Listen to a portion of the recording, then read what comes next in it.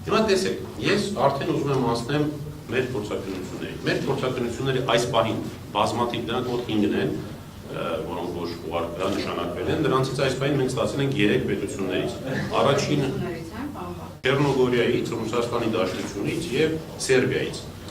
Բոլոր փորձագետներին տրվել է նույն հարցը։ Ես հիմա ուզում եմ հարցը հնչեցնել եւ դրա վերաբերյալ նրանց տված պատասխան։ Փորձագիտական եզրակացությունները մենք կհրապարակենք իհարկե էլեկտրոնային տարբերակի, ինչպես նաև դրա հայերեն թարգմանության հավաստները։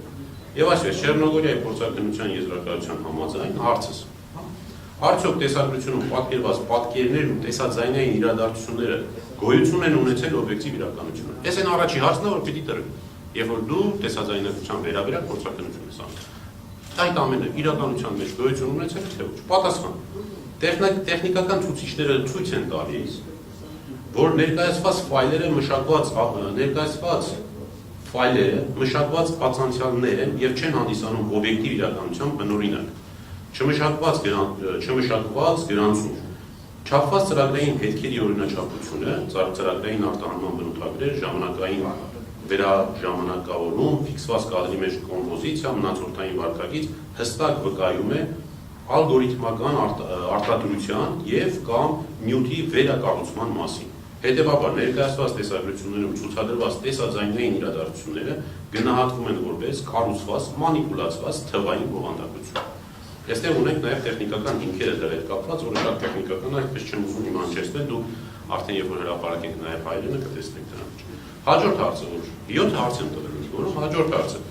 արդյոք տեսագրությունը չի ստեղծվել արհեստական բանականությամբ կամ տեսաբովանդակություն ստեղծելու համար նախատեսված հատուկ ծրագրերով։ Պատասխան. տեխնիկական արդյունքները հակասում են այն պնդմանը, թե տեսագրությունը չի ստեղծվել արհեստական բանականությամբ։ Այսինքն ես որ ասում եմ, արդյոք դա չի ստեղծվել արհեստական բանականությամբ, ասում եմ, այդ ձեր ասածը հակասում է, որ չի ստեղծվել։ Կամ մասնագիտացված ծրագրերով։ Մի քանի անկախ ցուցիչներ, ծրագրային արտահանման բնութագրեր, ժամանակային վերակառուցում, կադրերի վերաօգտագործման նշաններ, մնացորդային կայունացման օրինաչափություններ, ֆիքսված կադրի կոմպոզիցիա ցույց են տալիս, որ ներկայացված նյութերը հանդիսանում են մասնագիտացված ծրագրով ստեղծված կամ մանիպուլացված արդյունքներ եւ խիստ բնորոշ են արհեստական բանականությունով աջակցված սինթեզին եւ կամ արհեստական բանականությունով աջակցված վերակառուցման փոփոխության։ Էլի տեխնիկական հիմքերն են դրա վերաբերյալ։ Հաջորդը. արդյոք ձայնագրությունը եւ խոսքային բովանդակությունը չեն փոխվել, որտեղ եթե հիշում եք տեսաձայնագրության մեջ որոշակի ինչ-որ ձայներ կային, հարցը հետեւյալն է. արդյոք ձայնագրությունը եւ խոսքային բովանդակությունը չեն փոխվել։ Պատասխան. ձայնային հոսքը սինխրոնացված չէ տեսագրությանը եւ դրսեւորվում է հետարտադրական ժամանակային մանիպուլյացիայի նշաններ։ Կոնտեյների մակարդակով ժամանակային շեղումը, որը տված է նկարով, ինչպես նաև տեսաձայնային ժամանակային ոչ ստացիոնար վարքագիծը հաստատում են, որ ձայնը վերաժամանակավորվել, այսինքն վերասինխրոնացվել է տեսագրության նկատմամբ։ Եվ թվարկվում է, որ 0.080 վայրկյանի տարբերություններն են, այսինքն կադրը, ձայնը իրար չեն համապատասխանում։ Չորրորդ հարցը. արդյոք ձայնային միջավայրը, պայմանները կամ տեսաձայնագրման միջոցները չեն փոխվել։ Պատասխան. համակարգված ժամանակային շեղումները եւ ժամանակի ընթացքում փոփոխվող սինխրոնացման վարքագիծը վկայում են հետարտադրական մշակման մասին։ Օրինակ, արտահանում, վերախառնում, վերաժամանակավորում։ Սա հաստատում է, որ ձայնային հոսքը եւ ներկայացված իրական գրանցման շղթան ենթարկվել է փոփոխության։ Սրանք կեղծիքի մասին է խոսքը։ Էլի հիմքերն են։ 5-րդ հարցը. արդյոք տեսաձայնագրությունը պարունակում է տեսա եւ կամ ձայնային խմբագրման հետքեր։ Սա մասնավորապես նկատի եմ ունեցել մոնտաժման հետքեր։ Եթե օրինակ լիներ իրական նկարահանված որոշակի կադրեր, արդյոք մոնտաժի միջոցով կարող էին իրար բերել կպցնել։ Այո, պարունակում են փաստորեն հետքեր։ Ներկայացված նյութը պարունակում է խմբագրման եւ ծրագրային հետարտադրական մշակման բազմաթիվ հետքեր, մոնտաժ, վերարտահանում։ Դրանք ներառում են ֆիքսված կադրի մեջ կոմպոզիցիա, միատեսակ արտահանման բնութագրեր բոլոր հատվածներում, տեսաձայն ժամանակային համակարգված շեղումներ եւ ժամանակային վերասիմպլինգի նշաններ, գրեթե կրկնվող կադրերի գերակշռություն, կադրերն են նույնիսկ կրկնվում։ Էլի տեխնիկական հիմքերն են։ Արդյոք հնարավոր է նույնականացնել տեսագրությունում պատկերված անձանց։ Սա իմ 6-րդ հարցն է, որ բոլորին բոլոր փորձագետներին տվել եմ։ Պատասխան. ներկայացած նյութի ցուսալի դեմքային նույնականացում կատարել հնարավոր չէ։ 645-12 լուծաչափը եւ սեղմումը, ինչպես նաեւ տեսարանի բովանդակությունն ու կայուն մորֆոլոգիական ներողություն Բովանդակությունն ու կադրերի կրկնությունը չեն ապահովում անհատականացման համար բավարար եւ կայուն մորֆոլոգիական մանրամասներ։ Տեխնիկական բարելավումը կարող է բարձրացնել ընդհանուր տեսանելիությունը, սակայն չի ստեղծում բացակայող ու հիմնականացնող հատկանիշներ։ Այսինքն ավելի հասկանալի լինելու համար ասում է տեսագրության որակը հնարավոր է մի քիչ լավացնել, բայց այնուամենայնիվ անհատականացնող են նշանները, որի միջոցով հնարավոր կդառնար անձին նույնականացնել, դրանք վերականգնել հնարավոր չի։ Եվ վերջին 7-րդ հարցը։ Արդյոք միջավայրի եւ տեսանելի օբյեկտների երկրաչափական չափերի վերությունը ցույց է տալիս, որ նկարահանումը կատարվել է նախապես կառուցված հատուկ ստուդիայում կամ դեկորացիա տարածքում։ Սրա նպատակն էր, որ հնարավոր է դերասանների օրինակ օգնությամբ նկարահանումը տեղի ունեցած լիներ, որտեղ ինչ-որ այսպես պավիլյոն ստեղծեին, սերիալ նկարեին, կինոներ ինչպես են նկարում, փորձել են բոլոր հարցերի պատասխանները ստանալ, որ բոլոր անկյուններից ունենան հնարավոր կեղծիք է, թե կեղծիք չի։ Հարցից պատասխանը. ներկայացված արտահանված ֆայլերի հիման վրա հնարավոր չէ կատարել հուսալի երկրաչափական գնահատում այն մասին, թե տեսարանը ստեղծվել է հատուկ նկարահանման համար կառուցված միջավայրում, ստուդիայում կամ դեկորացիա։ Սահմանափակ լուծաչափը սեղմում եւ մի շարք հատվածներում ակտիվ պատկերի փոքրացված տարածքը սահմանափակում են ճշգրիտ երկրաչափական չափումների հնարավորությունը, մասշտաբ, ողմային չափեր, խորքային հարաբերություններ։ Հետևաբար, ստուդիա դեկորացիա վարկածը չի կարող հաստատվել կամ բացառել զուտ երկրաչափական հիմքով։ Այս բոլոր հարցերին մյուս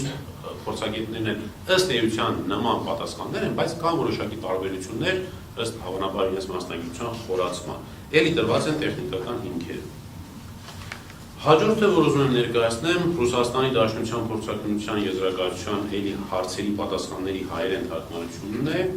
եւ հետեւաբար նույն հարցերն են։ Արդյոք տեսագրությունում արձանագրված պատկերներն ու տեսաձայնային իրադարձությունները գոյություն են ունեցել օբյեկտիվ իրականությունում։ Ես հիմա քանի որ հարցերը կրկնվում են, հարցերը չեմ կարդա, միանգամից արագ ներկայացնեմ դրանց պատասխանները։ Պատասխան գոյություն ունեն ծանրակշիռ գիտատեխնիկական հիմքեր պնդելու, որ տեսագրությունում ներկայացված պատկերներն ու տեսաձայնային իրադարձությունները տեղի չեն ունեցել օբյեկտիվ իրականությունում, այն տեսքով ինչպես ներկայացված են։ Տրված է հիմնավորումները։ Երկրորդ հարցի պատասխանը մասնավորապես այստեղ այոյով ասում հարցնողից կարդամ։ Արդյոք տեսագրությունը ստեղծվել է արհեստական բանականության կամ հատուկ ծրագրային ապահովման կիրառմամբ։ Պատասխան՝ այո, տեսագրությունը պարունակում է նշանների համակցություն, որը վկայում է արհեստական բանականության տեխնոլոգիաների եւ հատուկ ծրագրային ապահովման կիրառմամբ ստեղծման մասին։ Էլի հիմնավորումները կան։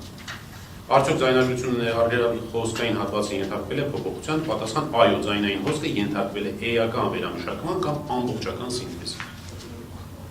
Արդյոք ձայնային միջավայրը պայմանները կամ տեխնիկական միջոցները փոխվել են, այո, ձայնային միջավայրը եւ տեխնիկական միջոցները չեն համապատասխանում հայտարարված բնօրինակ հեռախոսային նկարահանմանը։ Հիմա տեսեք շատ կարևոր է վերջին հանգամանք է ասեմ, որը հետագայում պատասխաններում եւս կերևա։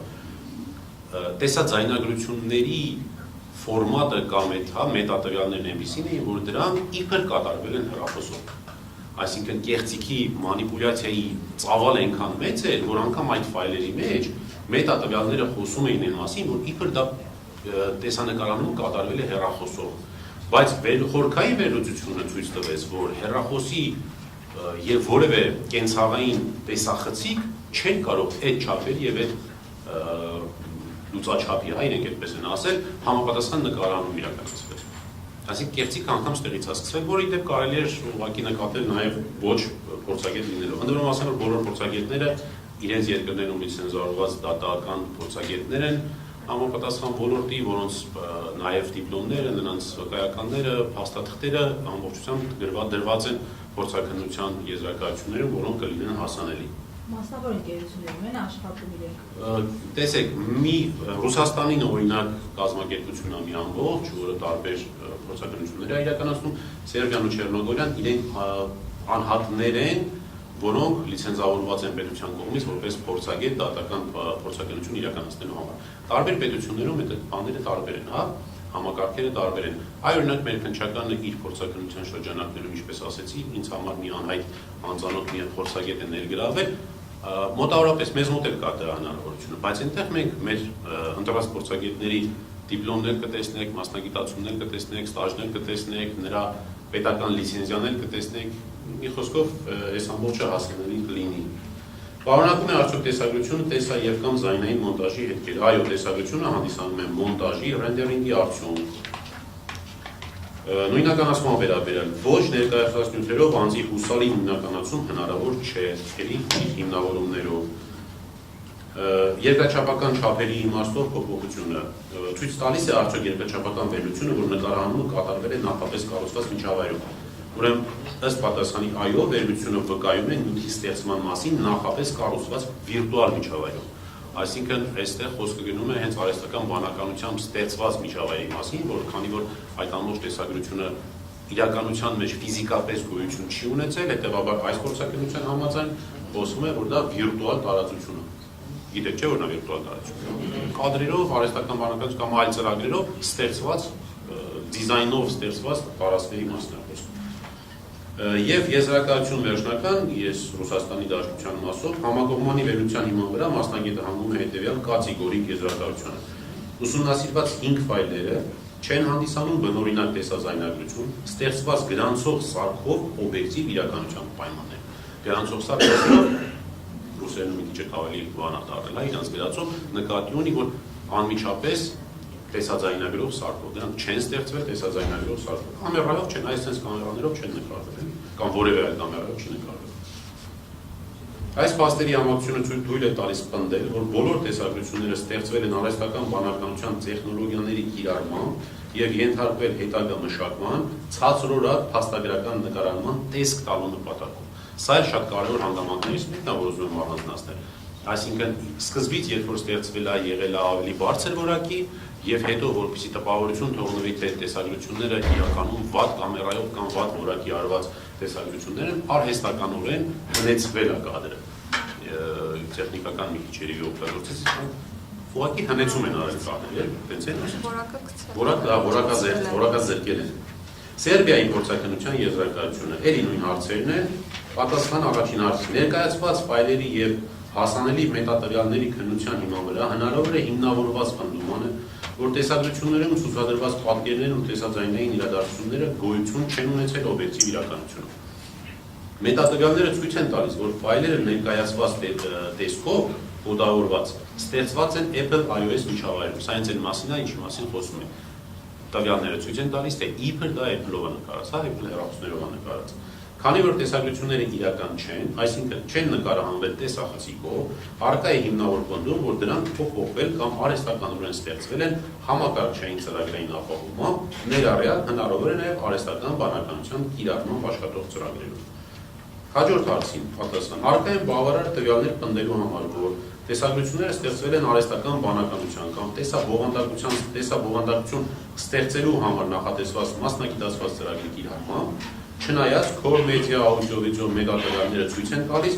Apple iOS-ի միջավայրում կոդավորում, արտահանում։ Դա ինքնին չի ապացուցում բովանդակության ստեղծման իրական մեթոդը, այսինքն տեսախցիկային նկարահանում, մշակում, վերակառուցում կամ գեներացում։ Հետևաբար, առկա է բավարար հիմք եզրակացնելու, որ նյութը ստեղծվել կամ փոփոխվել են մասնագիտացված ծրագրով, ներառյալ արհեստական բանականության վրա հիմնված գործիքներով։ Հաջորդ հարցին. մետատվյալները ցույց են տալիս, որ քննության ենթարկված MP4 ֆայլերը կոդավորված ստեղծված են Apple iOS միջավայրում, ինչը կարող է համապատասխանել ֆայլերի արտահանման կամ վերակոդավորման պահին։ Տեսաձայնային սինխրոնիզացիայի նախնական վերլուծության ընթացքում ձայնային էներգիայի եւ կադրային շարժման 25 կադրվարկյան հարաբերակցությամբ հայտնաբերվել են մոտավորապես -0.20 վայրկյան, այսինքն 200 միլիվայրկյան, այսինքն շուրջ 5 կադր շեղումներ, որտեղ ձայնային ազդանշանը նախորդում է պատկերին։ Սա թույլ է տալիս հիմնավորված պնդումանը, որ ձայնային բովանդակությունը փոփոխվել է, թեպետ հնարավոր պատճառները կարող են ներառել նաև արտահանում, վերակոդավորում, ծրագրային մշակում կամ դեկոդերի ուշացում։ Տվյալների համակցված վերլուծությունը բավարար հիմք է տալիս պնդելու, որ ձայնագրությունները նախկինում ենթարկվել են մշակման, վերաձայնագրման կամ փոփոխության։ Հաջորդ հարցը, արդյոք ձայնային միջավայրի պայմանները կամ տեսաձայնագրության միջոցները չեն փոփոխվել։ Հաշվի առնելով, որ այս հարցը կապված է նախորդ երրորդ հարցի պատասխանից, որն արդեն նշեցի, եւ կարող է այլ լինել նախորդ եզրակացության տարբեր լինելու դեպքում, ներկայիս հարցի պատասխանը ամբողջությամբ համընկնում է նախորդ հարցի պատասխանին։ Արդյոք տեսագրությունները պարունակում են տեսա կամ ձայնային մոնտաժի հետքեր։ Ամբողջ ֆայլը հանդիսանում է վերակոդավորման արդյունք, ըստ պատասխանի։ Սա հաստատվում է MP4 կոնտեյների կառուցվածքով, FFmpeg, որը չի համապատասխանում տեսախցիկով ստեղծված բնօրինակ ֆայլերի կառուցվածքին։ քողարկված շերտի, այսինքն կադրի արհեստական աղոտացում եւ աղմուկ։ Այսինքն քողարկված շերտի կիրառումը եւս դասակարգվում է որպես դիտավորյալ խմբագրում բովանդակության ստեղծման հետքերը թաքցնելու նպատակով։ Հաջորդ հարցը. տեսագրություններում երևում են անձինք, սակայն տեսանյութերը ցածր որակի եւ սահմանափակ լուսաչափի են, ինչը բավարար չէ հուսալի դեմքային նույնականացման համար։ Ճշգրիտ նույնականացումը կախված է դեմքի հիմնական մորֆոլոգիական հատկանիշների տեսանելիությունից, իսկ նման սեղմված եւ ցածր լուսաչափ ունեցող նյութում հնարավոր չէ հայտնաբերել եզակի մանրահատկություններ կամ նուրբ անատոմիական առանձնահատկություններ։ Եզրակացվում է, որ տեսագրություններում պատկերված անձանց նույնականացումը հնարավոր չէ։ Արդյոք տեսագրությունները վկայում են նախապես կառուցված ստուդիայի կամ դեկորացիայի միջավայրում նկարահանման մասին։ Պատասխան. տեսագրությունների տեխնիկական բնութագրերը չափերն են տված, օբյեկտիվորեն նվազեցնում են ճշգրիտ երկրաչափական վերություն իրականացնելու հնարավորությունը, մասշտաբ, հեռանկարային հարաբերություն, հողմային չափեր, խորքային հարաբերություններ, հատկապես այն դեպքում, երբ կադրերում բացակայում են հայտնի չափերով հուսալի հողմային օբյեկտներ։